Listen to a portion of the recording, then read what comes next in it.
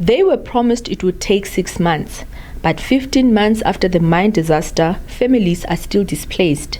The delays have been blamed on litigation brought by some of the affected residents. Construction of the new homes to replace the destroyed ones has finally begun.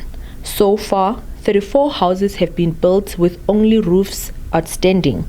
The contractor is focusing on rebuilding only the 54 homes of residents who are not represented by lawyers in the ongoing litigation.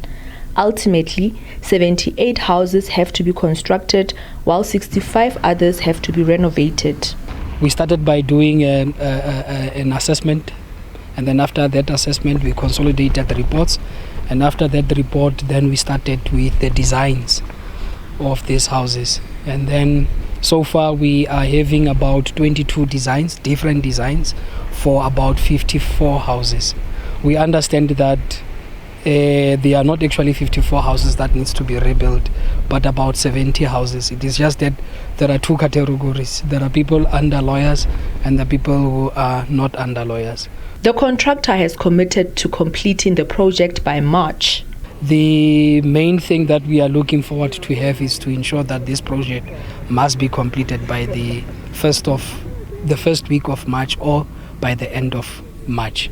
The progress has been welcomed by some residents. It was a challenge before, and it was really painful. But right now, like we see there is progress. We are really happy and glad that there is something that they are doing, taking responsibility for their actions. So what we are waiting for is just that they should replace our furnitures so that we can go back to our houses and get back to our normal lives. I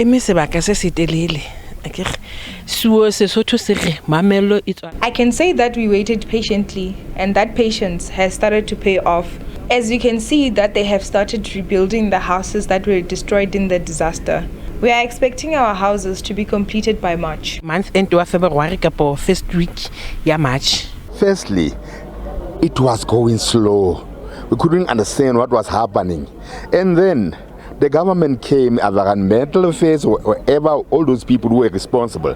And they said to us that these people of the mine who are supposed to help us are working according to their directive. So they apologized for the delay. But since they had given the green light, I see the development. Even the walls are standing there at my place, they're my business now, and they are exceeding my expectations. When he paid a visit to residents in May last year, Deputy President Paul Mashatile said the national government would mediate in the class action between the community, the Kopano municipality and the mine. He also said people would be settled in 6 months, which meant by November last year. Obviously, don't expect that change will come overnight, but we have now started. And even with the houses, as you can see, the show houses here, they've now started with the project. So people should be able to return to their homes properly in the next 6 months and properly well settled.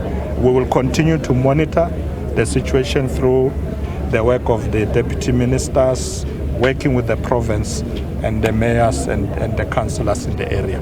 The Jagersfontein Development's mine reported that red tape in government processes had delayed the rebuilding of houses. Because of all adherence to all regulations and directives that were given to us, those were limiting us to start with the construction work. As soon as we got that the upliftment of the directive sometime end of May, in June or so, then we started with the appointing of the contractor and registration of the houses with NHBRC. That is why you now see some form of activity.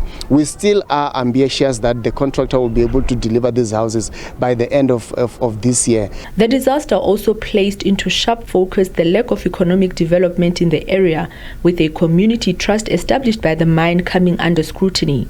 The municipality says it is also establishing a bricklaying project that will create employment for the youth.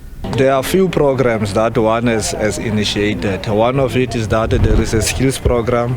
In fact, 2 skills programs which has taken at least 50 young people. Those 50 young people will be going to Gauteng for a period of a year, or 18 months to do training in plumbing as well as solar plant trainings.